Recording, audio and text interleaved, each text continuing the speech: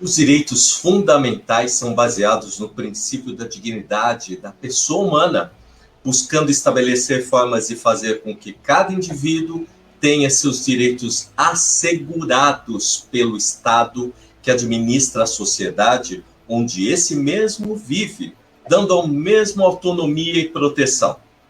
Então, a Constituição Federal de 1998 trouxe em seu título 2º os direitos e garantias fundamentais, subdivididos em 5 capítulos.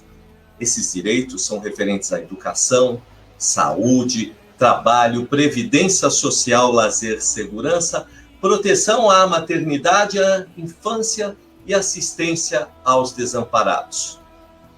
Uma das principais características dos direitos fundamentais, enquanto princípios que são, é a sua relatividade, ou seja, para se tratarem de princípios constitucionalmente previstos, os direitos fundamentais não se revestem de caráter absoluto. Em caso de tensão entre eles, cabe o sobrepensamento de um sobre o outro. Os direitos e garantias fundamentais estão dispostos na Constituição Federal, como disse em 88, em seu capítulo 2º.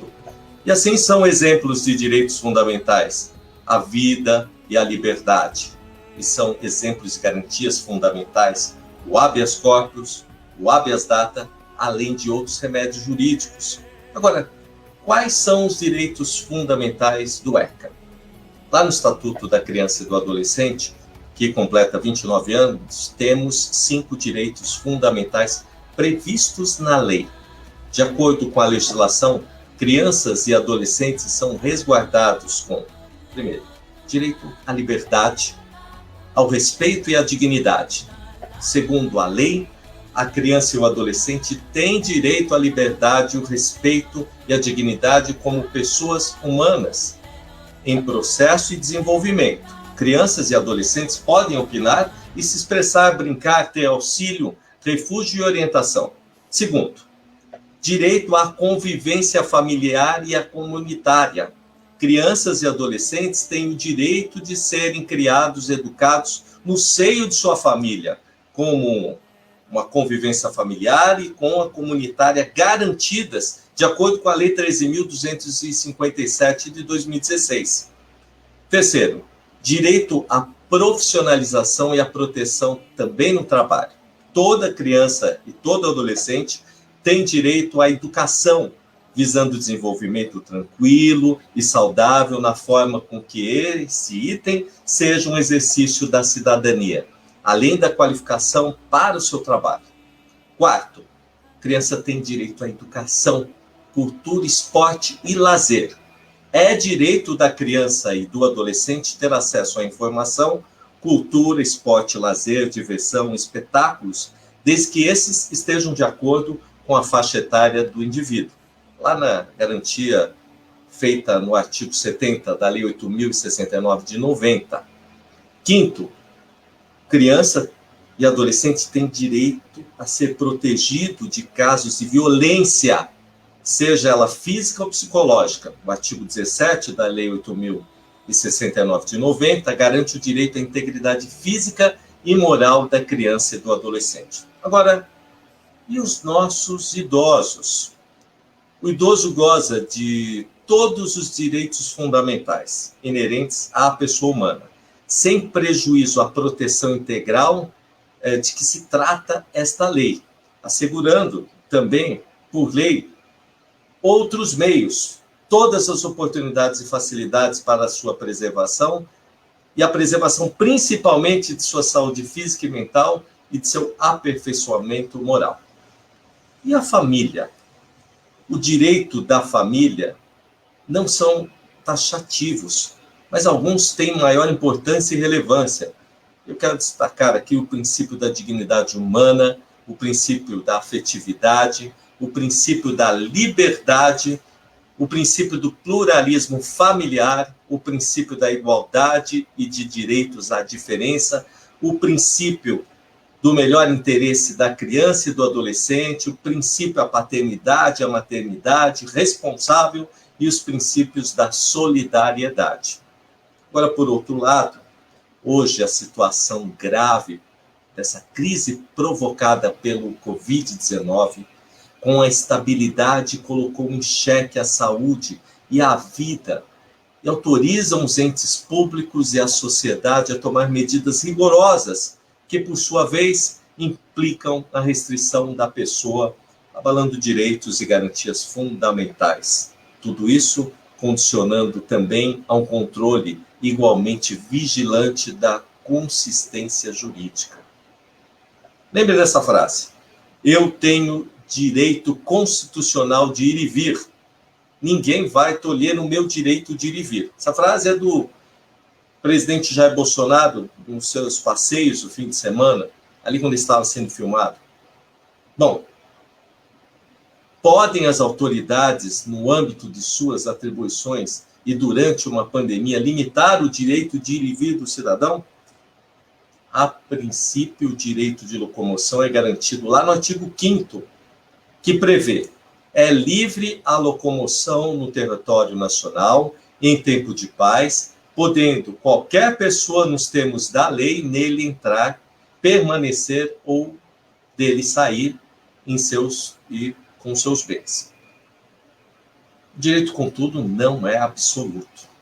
A própria Constituição da República prevê situações em que ele pode ser limitado, como, primeiro, prisão em flagrante, delito ou por ordem escrita e fundamentada de juiz. Segundo, prisão civil, administrativa ou especial para fins de deportação nos casos cabíveis da legislação específica. Terceiro, durante vigência de estado de sítio, preste atenção, para determinar a permanência da população em determinada localidade, única situação na qual há permissão expressa de restrições generalizadas desse direito. Por conta da pandemia do Covid-19, foi regulamentada a lei, no ano passado, a 13.979 de 2020, pelo decreto 10.282 de 2020 também, a portaria 356 de 2020 do Ministério da Saúde, prevendo o isolamento, que consiste na separação de pessoas sintomáticas ou assintomáticas em investigação clínica, laboratorial, de maneira a evitar a propagação da infecção e a transmissão local. Pode ser determinado pelo médico ou recomendado por um agente sanitário pelo prazo máximo de 14 dias, podendo estender por mais 14 dias, a depender de novos resultados de exames laboratoriais que comprovem se há risco de transmissão da doença. A quarentena, por sua vez, é uma medida consistente na restrição de atividades ou separação de pessoas suspeitas de contaminação das pessoas que estejam doentes ou de bagagens, contêineres, animais, meios de transporte, mercadorias suspeitos de contaminação, de maneira a evitar a possível contaminação ou a propagação do coronavírus. A quarentena pode ser decretada pelos gestores locais de saúde, como vem sendo feita em diversos estados, que houve suspensão das atividades comerciais e separação de pessoas suspeitas, como é o caso do estado de São Paulo, de Goiás, do Maranhão e do Distrito Federal, entre outros. A verdade, meus amigos, é que a pandemia, o SARS-CoV-19, gerou um cenário de muitas implicações relacionadas à saúde pública, à segurança sanitária, às questões econômicas e sociais, além de diversos impactos. Essas medidas desafiam o direito, que deve buscar as melhores soluções para as relações jurídicas abaladas pela pandemia que estamos enfrentando todos nós no Brasil e no mundo. A pandemia provocada pelo Covid-19 vem causando danos humanos, econômicos e sociais. Impacta nossas mentes, desorganiza as economias, mudou a realidade e o relacionamento entre os humanos, entre marido e mulher, os casamentos, entre filhos, avós e as nossas crianças, mudou a realidade do futuro da nossa educação básica, primária e secundária, no ensino superior, mas principalmente mudou significativamente o conceito de esperança e de ter fé. Porque o Brasil está passando inúmeras privações, mas mantém, apesar de tudo, um povo brasileiro, esse povo guerreiro, e com toda essa população mundial irmanados, estão ansiosamente mantendo dia a dia a esperança de que dias melhores, com certeza, virão, trazidos pelas mãos, guiadas por Deus, de centenas de cientistas que dia e noite buscam uma vacina para libertar nosso mundo. Então, humildemente, quero agradecer a direção ao professor Fernando, que está fazendo esse congresso maravilhoso do CODIS, esse congresso online de Direito e Saúde, e a querida amiga doutora Ângela Soraya Anselmo da Silva, mas principalmente a vocês, estudantes profissionais de saúde, da educação e do direito, que me dão esta oportunidade de colocar a vocês a importância veemente, agora nesse momento, de termos coerência nas atitudes sociais, coerência nas atitudes de políticas públicas, principalmente para as questões do Sistema Único de Saúde, que realmente tem aguentado a ferro e fogo com homens e mulheres, enfermeiros, médicas e médicos, assistentes sociais, esta crise generalizada e com um sistema de saúde falido, não propriamente o SUS, porque é um dos poucos do mundo que atende ao sistema de saúde para aquele que não tem possibilidade de ter um sistema pago.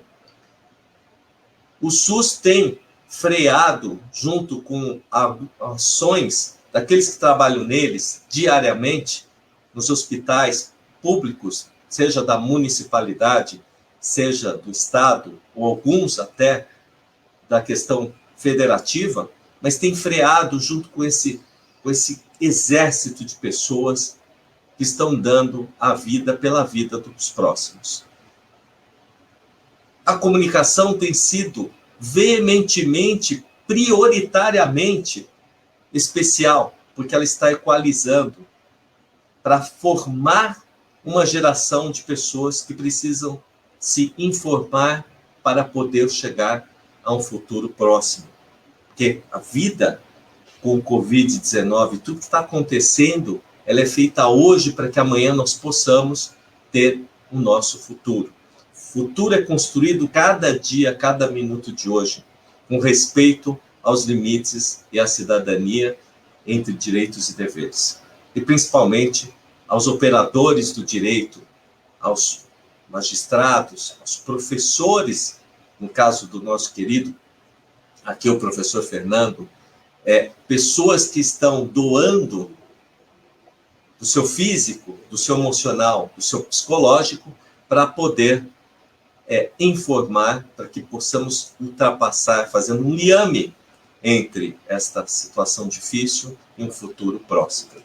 Então, eu quero desejar a vocês que estão nesse congresso um profícuo trabalho, com alto gabarito de pessoas que estão dentro dos quadros a dar a informação para quem nos assiste, e a você que está nos assistindo, uma saúde de ferro, uma esperança profunda, porque Deus está nos acompanhando. Nós fazemos nossa parte. Ele roga por nós, que entregamos a Ele a nossa vida.